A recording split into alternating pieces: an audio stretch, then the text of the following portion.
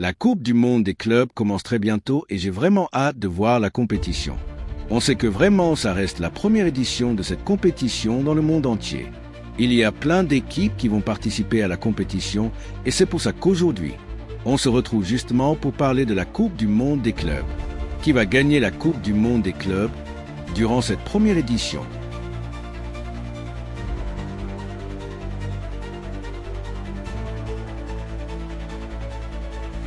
La Coupe du Monde des clubs de la FIFA 2025 est la 21e édition de la Coupe du Monde des clubs de la FIFA, une compétition internationale de football organisée par la FIFA.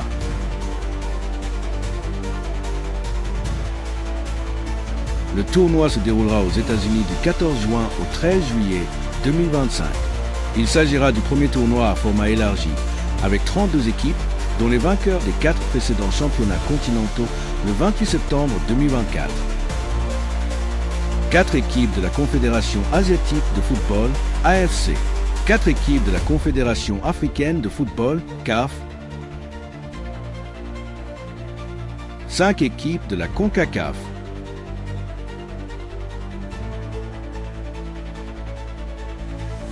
6 équipes de la Confédération sud-américaine de football, CONBOL.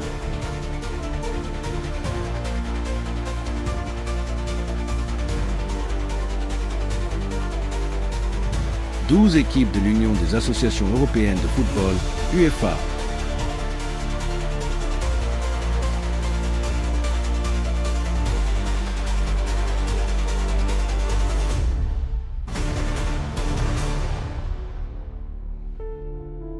Une équipe de la Confédération océanienne de football.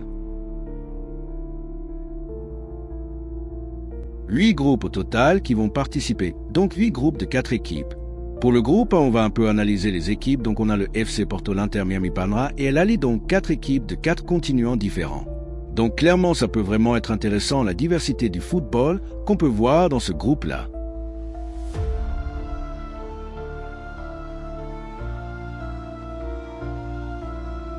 Pour le fonctionnement de la Coupe du Monde des clubs, c'est relativement simple. Ça commencera le 14 juin, ça se terminera le 13 juillet. Et on aura 32 équipes du monde entier qui vont s'affronter et quand on regarde la carte, on se rend compte qu'en réalité, c'est des équipes qui viennent du monde entier. D'après la vision de la FIFA, on va avoir plus de diversité que durant une Ligue des Champions. Ce qui est intéressant avec cette Coupe du Monde des clubs, c'est que c'est un peu un format paradoxal dans le sens où la Coupe du Monde des clubs est vue comme le symbole de la nouveauté dans le monde du football de club. On a sans cesse un football qui évolue, on se rend compte qu'on parle de la Super League, on se rend compte que la Ligue des Champions a été réformée, on se rend compte qu'on a cette Coupe du Monde des clubs qui évolue par rapport à son précédent format avec une importance démesurée. Mais comment se déroule ce tournoi? On est sur un truc relativement classique. On aura une première phase qui sera une phase de poule et 32 équipes seront divisées en 8 groupes de 4. Et ce seront les 2 premiers qui se qualifieront pour la suite. Et finalement, on va avoir des clubs qui viennent d'un peu partout et qui vont pouvoir s'affronter. On a évidemment les clubs européens prestigieux comme le Paris Saint-Germain, le Bayern Munich, le Real Madrid, l'Atlético Man City, l'Inter.